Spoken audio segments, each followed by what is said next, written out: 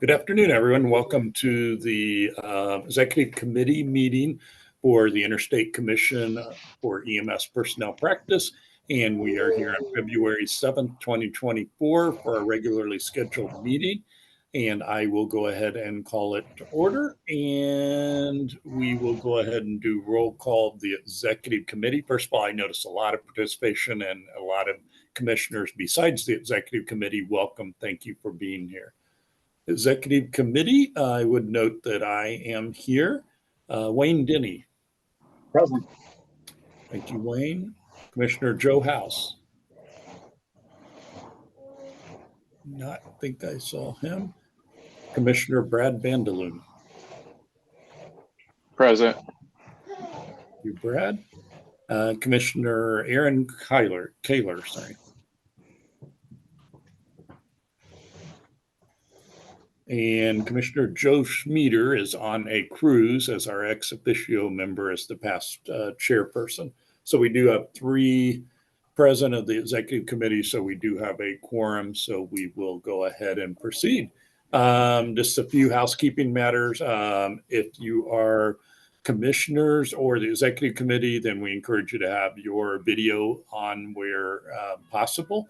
Public attendees, we encourage participation. Microphones will be muted, particularly if we do hear background noise, and our executive director is authorized to go ahead and mute that.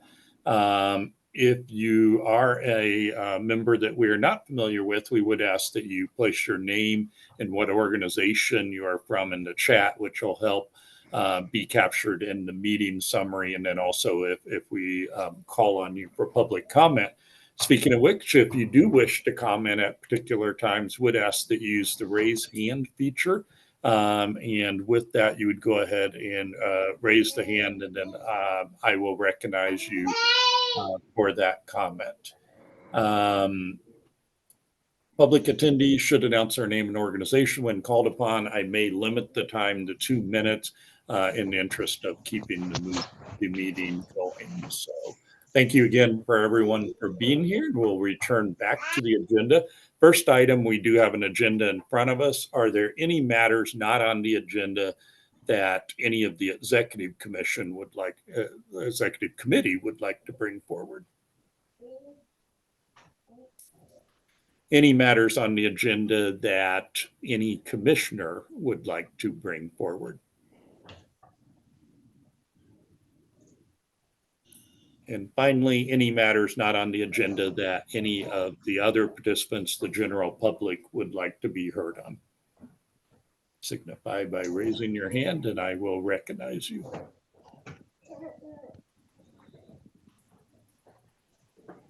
Okay, we'll move on to old business, and I want to thank Donnie for his work there.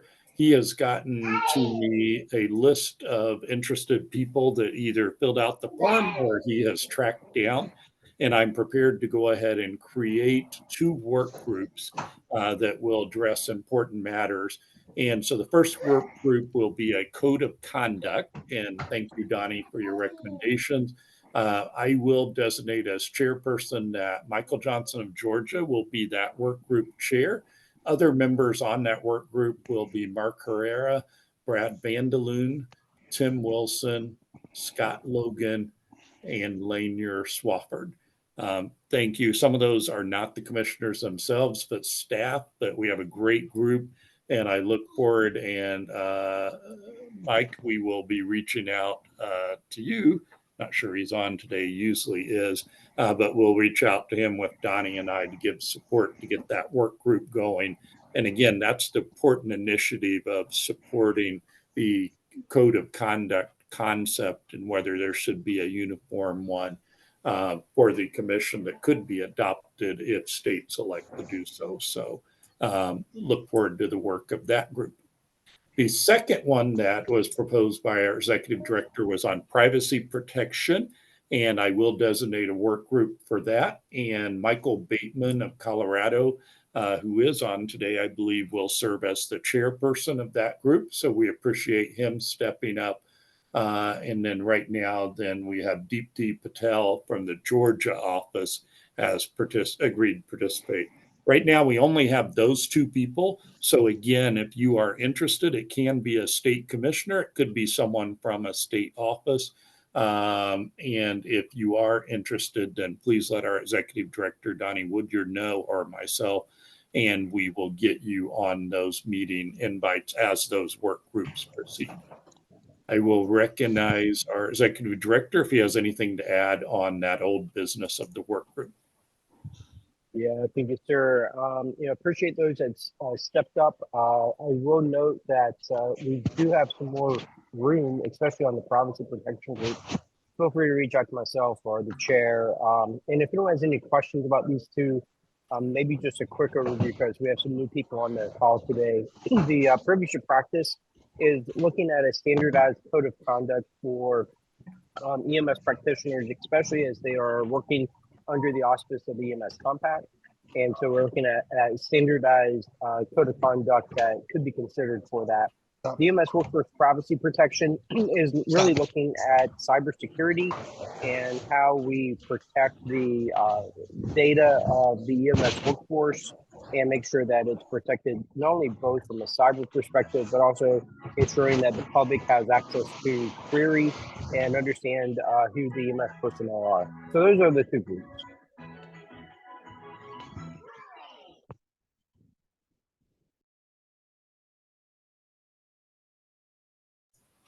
Thank you, Donnie. We appreciate that. And again, thank you, everyone. Those are important work groups. We look forward to their work.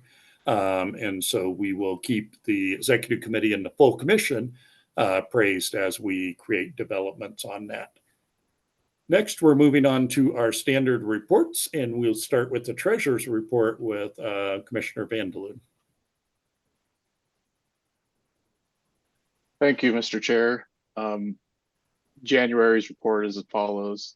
Our previous balance was $83,563.62. We had two debits for payroll. The subtotal was $71,063.62, and that was our pending balance as of February 1st. I'll take any questions.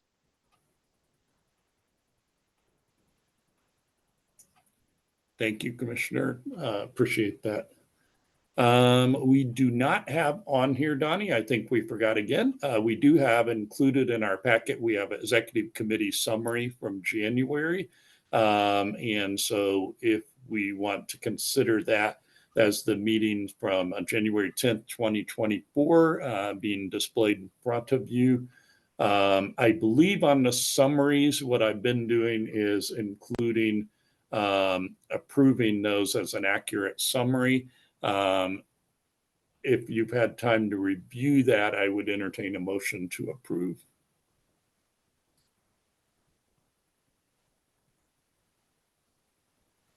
I move Vandeloon. Move to approve it. Commissioner Vandeloon. I will do rare. I don't always do it as chairperson, but I was there, so I will go ahead and second that as being accurate. And so with that, then any objection, any clarifications to the meeting summary as proposed? Any objections to it? Okay, that meeting summary will show as approved, and we will get that posted on our website. Thank you, Donnie. Next up is our chair's report. So with the chair report, the big thing I have, we immediately following this meeting, we will have an executive session for the executive committee, and we will invite council and our executive director to participate. And we are going to discuss, but I will say here in the public part of the meeting, some of the things that come out is that our executive director, Donnie Woodyard, had arranged for us to talk with a couple of federal agencies in Washington, D.C., and we were able to communicate about some potential opportunities for possible contracts down in the future. And so that's why we will have an executive session coming up. And I want to thank Donnie for his forward thinking there, and you will hear more about that coming up in the executive session. Other than that, things are going very well for the commission. Again, this attendance is great for an executive committee. I appreciate everyone being on here and all the commissioners, staff, and then the public and other agencies that are participating as well. With that, I will bylaws and rules. Commissioner Schmieder is on his vacation, but Donnie was present there, and basically they held a question and answer session on the rules. So I will go ahead and recognize our executive director to give an update on that. Yeah, thank you, sir. So on January 31st, we provided an educational session. It was well attended. At peak, we had over 50 people that had joined this call. And what Commissioner Schmieder and myself did is we just walked through the proposed administrative rules and and we provided an overview of the administrative rules. We provided a rationale as to why they were being considered, and just read the rules overall. It was not a hearing that was done. It was educational. We had very few comments that came out of that, very few questions, and we actually concluded the educational session early. With that, I would remind everyone that the form for public comments is still available on the website. At present, we have 0 valid public comment. We do have 2 comment forms that were submitted with random text and gibberish. No discernible words in that. So just keyboard strikes. And so we have no comments right now. And at the meeting in February for the full commission, those are on set to be considered during the hearing and a vote. And that's all. Thank you. And those are on our website. So I know Donnie sent several emails to commissioners. Public, anyone that's on here can read those off our website. But we will have the potential for a public hearing at the full commission meeting and then consideration by the commission. So some important rule developing that is needed, but please take a look at that before our March full commission meeting. Then we'll be back to our executive director for his report. Back to you, Donnie. Thank you, sir. I was just going to provide a brief update. The commission continues to get a number of questions from EMS practitioners related to validating their privilege to practice. I would just note in the public session here, we have a lot of public participants on. The only mechanism to validate a privilege to practice is on the website emscompact.gov, and it's by entering the EMS ID number. A couple of things to note for the public. One is that the EMS contact, my office, we do not control or set the privilege to practice. That is exclusively done by the state, and it's the state EMS office. And so if a privilege to practice is shown a status that is not expected, either it's missing or it is showing as not valid, the first and best point of contact is going to be the state that issued your license. They do control that. We are investigating a potential data integration error that is affecting a very small number of personnel in the state of Virginia. And we believe that is because Virginia is unique, where you can have 2 simultaneous certifications at one time. For instance, you can be an EMT and a paramedic. And so if the EMT expires, it's triggering a privilege to practice status of expired. We are looking at that, but that's a very small subset of people. The other question that I've received is, where do I find your EMS ID number?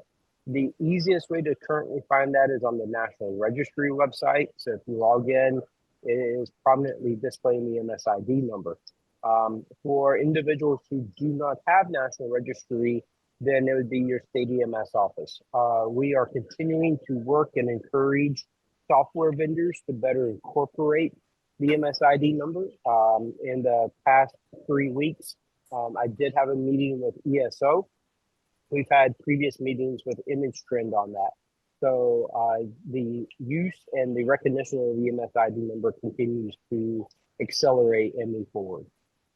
Other than that, Mr. Chair, business as usual, and I don't have any other updates. Thank you. Any questions for the executive director? Okay, I see Ray knows what's coming up next. We will go to Ray from National Registry for the NIMSKID update. Good afternoon. I don't know if that's displaying correctly, but that's okay. Really not a lot to point out that's new. States are those that are connected are sending a transmission within a day or two, just verifying that today. We do have 2 states that are sending in the QA environment. In other words, it's just test data, and that's for adding Southern Nevada Health District for Nevada. And Nebraska has been working very diligently to get their data in. So they've both been in that QA type environment. I've got to check back since the last meeting with North Dakota. Chris Price reported that no update to their big picture, which is their license management system. But they're hoping by March 31st, their license system will be fully functional and up to date from those updates. And NEMSKID should be the next project following that. So we'll see more in the coming months with North Dakota. Pennsylvania we're every 2 weeks we meet with them, and they are very slowly but surely trying to move forward. The states there's Tennessee just kind of had been reporting up or had been working on it up until about November of last year, but have not heard from them in a while. So I'll have to check back with them. I know the challenge the last time I spoke to them was really a state firewall issue. So that may be where they're stuck. They had everything working with their vendor, but when they transitioned to behind the state firewall, it was blocking them. So we'll hope to hear more from them soon. Donnie, thanks for mentioning that small set of issues with Virginia. On top of that, we've been for months working with a small set of providers mostly from Colorado that at a short time period got more than one EMS ID. So we're working through to make sure that only one and the correct one is displayed. So I just met with National Registry IT team on that today, and that's going through a QA process. So hopefully in the coming days, that will be done. That's all I have, barring any questions. Any questions for Ray? Okay. We will move on to new business. And so we do have our first quarter 2024 commission meeting that is on the agenda there. And that is coming up on The 21st. 21st. Okay, there it is. And so Donnie, what information do you have there on the agenda and any highlights? Yes, sir. Yeah, thank you, sir. Right now, the agenda is for the rulemaking, and so we'll do the administrative rulemaking hearing for that. We will have the standard other agenda items review the past meeting minutes. Other than that, we have no other new business slated for this agenda. Perhaps, depending on the executive session, we may have something to share related to that. But otherwise, there's no other items. Is there any other items that the executive committee knows of, or any other commissioners?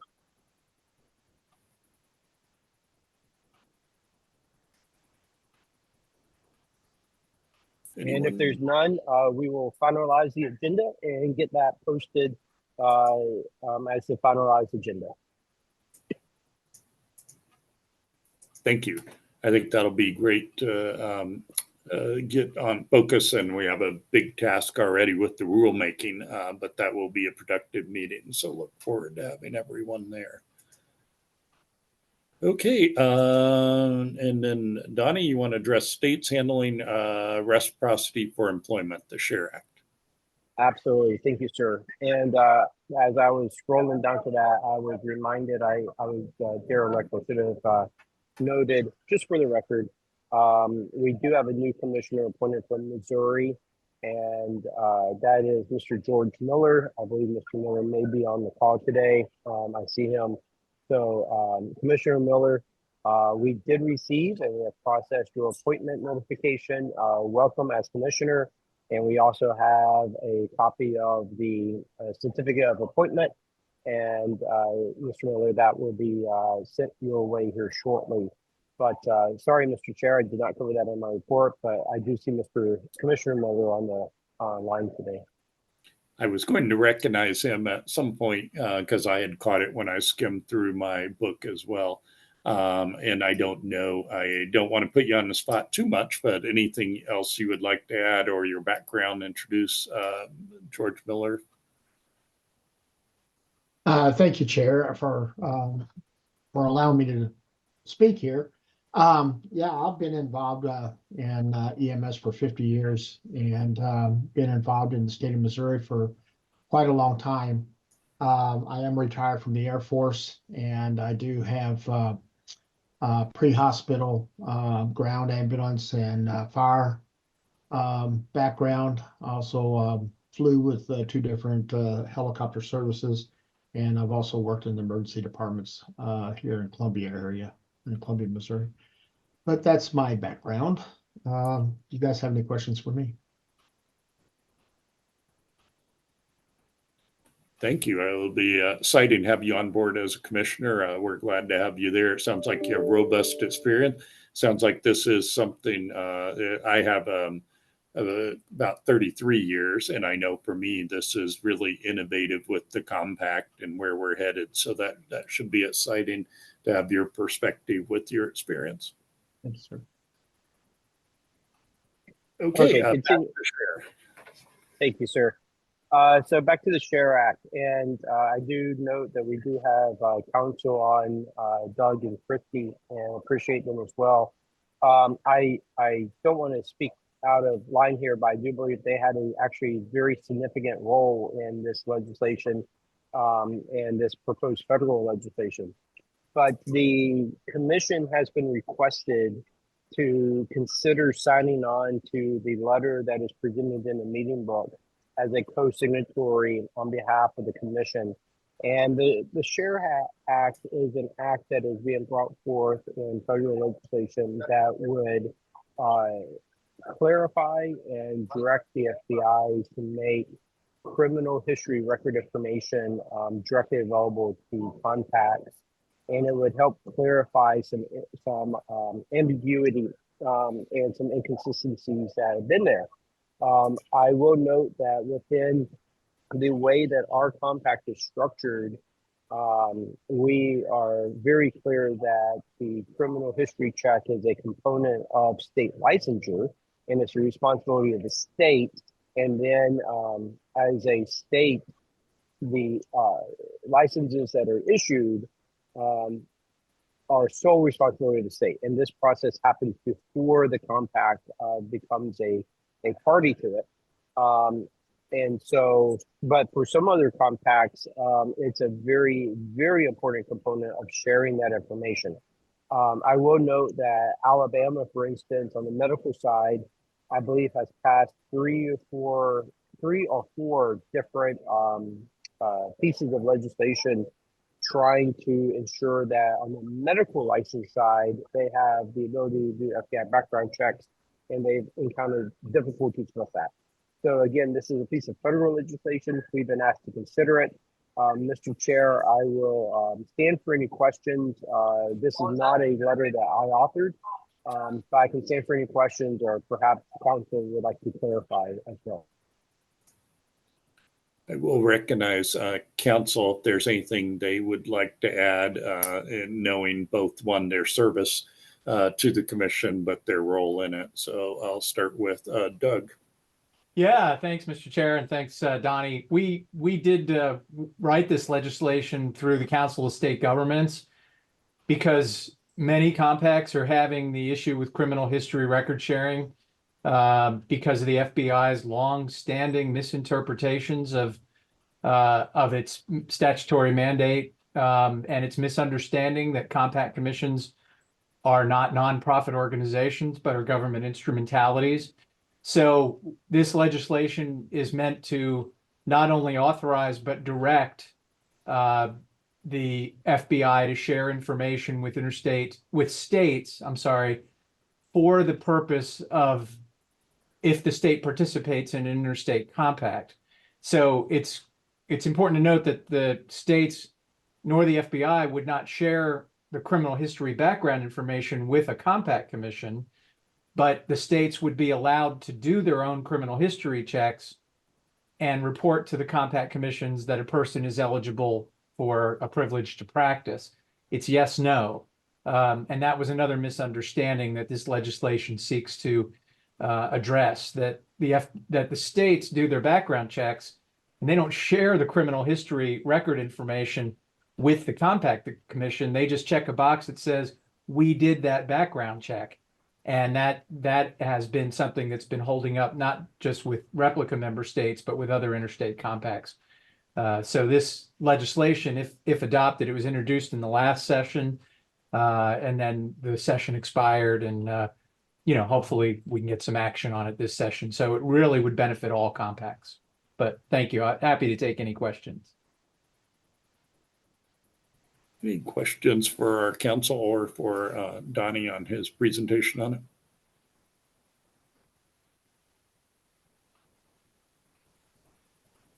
Should clarify any questions or comments anyone would have to. I would note that I think this is valuable, and I think I have heard enough.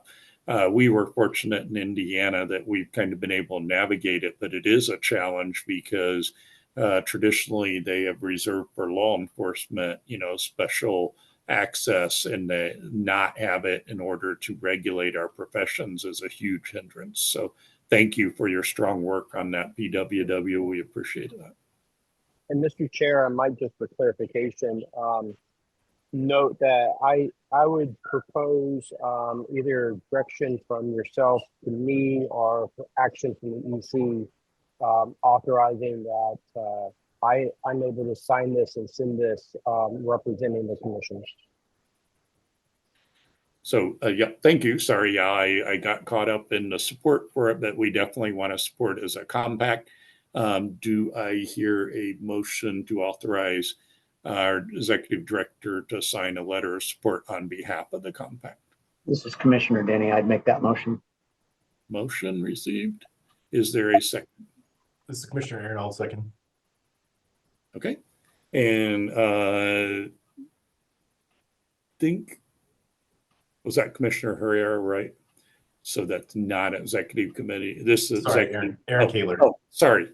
You popped on so quick I didn't see. Thank you, our at-large person. Thank you, Commissioner Kaler. So we have a first and a second. Any comment or objection to this? Any objection from the officers? Otherwise, we will approve it. Okay, we will show it approved, and I will note that the executive director may sign it on behalf of the compact and submit that. Thank you. Thank you, sir. I'll get that executed within 24 hours. Next up, we have partner organization updates. Any partners online that would like to make an update? If you want to raise your hand, we would be glad to hear from you at this point.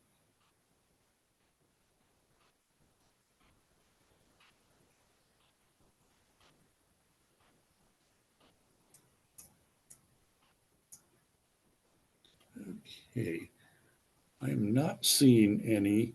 And so our next executive committee date will be on March 6, 2024. But again, we have that important full commission meeting coming up on February 21st that includes the rulemaking. So please make sure there.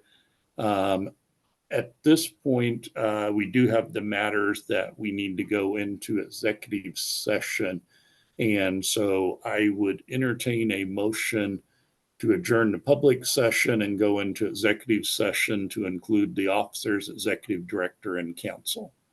This is Commissioner Denny. I'd make that motion. Commissioner Denny This is Commissioner Herrera, I second. and Commissioner Herrera on that. I actually think it needs to be an officer. Commissioner Vanderloon will second. Okay, Commissioner Vanderloon. Okay, and so we will adjourn. We are leaving this platform. We do not anticipate coming back. That conducts the business of the public session. For those that are officers are included, you should have a link. If not, email Donnie, and then we will resume in a different meeting site, actually on Teams, I believe. So thank you, everyone, for the great participation. If you have any questions, let Donnie or I know.